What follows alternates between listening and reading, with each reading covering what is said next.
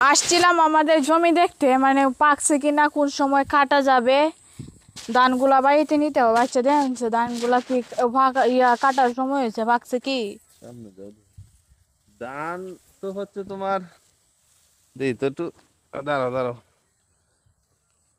দেখা তো মনে হইতেছে পাইকা গেছে, কিন্তু ভিতরে চাল হয়েছে কিনা দেখতে হবে।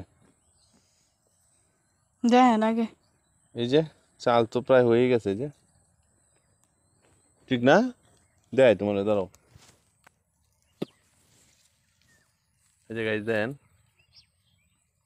ভিতরে কিন্তু চাল হয়ে গেছে, যে এই যে দেখি এই যে চাল, এই যে আমি তোকে চেক করে দেখি। তো হয়ে গেছে এখন। আছে এটি একদম আচ্ছা, নাম ওই দিক দিয়ে পড়বা আবার দেখো। স্বর্ণালী না, পড়তাম না দেখি, স্বর্ণালী কালার হয় না? নামে দাও, ওই দিক দিয়ে নামে দাও।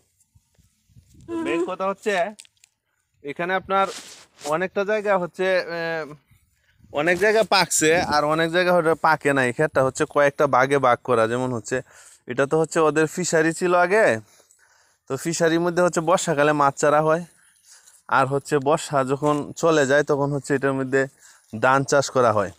এখন হচ্ছে ধান চাষ করা হয়েছে, ধান প্রায় শুকায় গেছে, সরি ধান প্রায় প্রায় পেকে গেছে, এটা কাটার সময় হয়ে গেছে অলরেডি। এইখানে অনেকটা যা জমি হচ্ছে পেকে গেছে, আর ওইদিকে হচ্ছে কিছু কাঁচা আছে এখন ওই পাশে। এই যে বাঘ খরা যেহেতু ও মানে আচ্ছা তাহলে এই দিক দিয়ে ফাঁকে গেছে, কাপড় এই দিক দিয়ে একটু কাঁচা কাঁচা গেলে কে? দুই জাতের ধান, এখানে হচ্ছে এক জাতের ধান, আর ওইদিকে হচ্ছে হীরা নাকি হীরা জাতের একটা ও ধান বাবু। আছে, এটা হচ্ছে দেওয়া হয়েছে। এখানে দুই জাতের দুইটা ধান দেওয়া হয়েছে, এই জন্য একটা আগে পাকছে আর একটা হয়তো বা 8-10 দিন পরে পাকবে। তো আমরা হচ্ছে এটা এই আগামী শুক্রবার বা কয়েকদিনের ভিতরে, দিন যেহেতু এখন ভালো আছে, আমরা কাটার চেষ্টা করব। কিন্তু কাটার কি সময় হয়ে গেছে? আরে এটা ধান হয়ে গেছে পোকা, এটার মধ্যে তোমার চাল হয়ে গেছে, সরি ধান দেখো না, পাকা লাল টুকটো হয়ে গেছে, একদম লাল হয়ে গেছে।